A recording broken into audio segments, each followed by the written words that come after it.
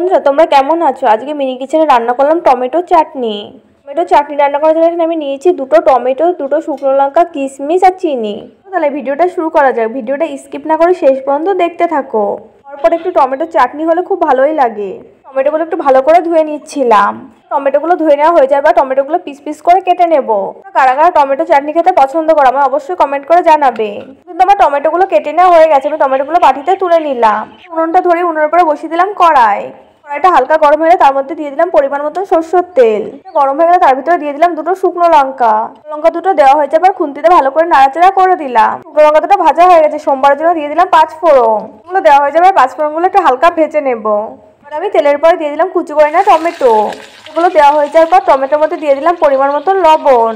দেওয়া হয়ে যাওয়ার পর টমেটোটা একটু খুন্তিতে ভালো করে নাড়াচাড়া করে দিলাম। টমেটোর ভিতরে দিয়ে দিলাম পরিমাণ মতন হলুদ গুঁড়ো। আবার টমেটোটা খুন্তিতে ভালো করে নাড়াচাড়া করে দিলাম। এবার টমেটোটা থালা দিয়ে ঢেকে দিলাম কিছুক্ষণের জন্য, তাহলে টমেটোটা ভালোভাবে গলে যাবে। টমেটো চাটনি তো রান্না করতে তোমরা সবাই পারো, আমি আর আলাদাভাবে কি বলবো। টমেটো থেকে থালাটা তুলে নিলাম। তো এইটুকুই তফাৎ, আমি ছোট ছোট জিনিসে রান্না করি। তুলে নেওয়া হয়ে যাবে, খুন্তিতে টমেটোগুলো একটু ভালো করে নাড়াচাড়া করে দিলাম। কিন্তু তোমরা দেখতেই পাচ্ছ টমেটোগুলো ভালোভাবে গলে গেছে। টমেটোর মধ্যে দিয়ে দিলাম পরিমাণ মতন চিনি। আমার চাটনিটা একটু মিষ্টি মিষ্টি ভালো লাগে, তাই আমি চিনিটা একটু বেশি দিয়েছি, তোমরা কমিয়েও দিতে পারো। অনেকে আবার বেশি মিষ্টি পছন্দ করে না। দেখো চিনিটা কিন্তু অনেকটাই গলে গেছে। চিনিটা আমি আরো একটু শুকিয়ে নেবো, চাটনিটা আরো কিছু সময় হতে দিতে হবে।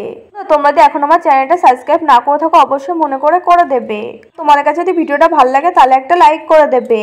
পাশে থাকা বেল আইকনটা অবশ্যই মনে করে প্রেস করে রেখো, যাতে আমার পরবর্তী ভিডিও নোটিফিকেশন সবার আগে তোমার কাছে পৌঁছায়। এখন কিন্তু চাটনিটা আমার রান্না করা কমপ্লিট। এখন আমি চাটনিটা সুন্দর করে বাটিতে তুলে নেব।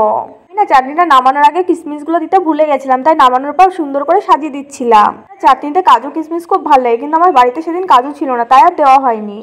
তোমাদের কাছে আজকে মিনি কিচেনের রান্নাটা কেমন লেগেছে অবশ্যই কমেন্ট করে জানাতে ভুলবে না। তোমরা মিনি কিচেনে আর কি রান্না দেখতে চাও সেটাও কমেন্ট করে জানাতে পারো। ভালো লাগলে লাইক, কমেন্ট, সাবস্ক্রাইব, শেয়ার করতে একদম ভুলবে না।